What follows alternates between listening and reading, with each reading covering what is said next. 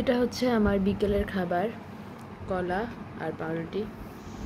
এই যে আমার মেয়ে দেখতেছে কখন খপ করে হাত দেয়, এই দেখেন, দেখছেন অবস্থা। একটু শান্তিভাবে খাবো, শান্তিতে, তারও কোনো উপায় নেই। এভাবেই যুদ্ধ করে খেতে হবে। দূরে গিয়ে যদি বসি তাহলে আবার কান্নাকাটি করবে।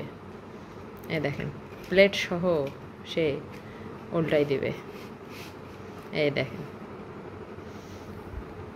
না মা দাও আমি খাই।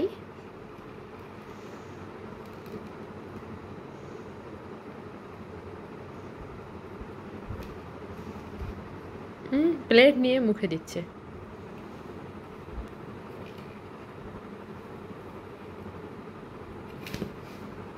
জি, কেড়ে নিল আমার কাছ থেকে।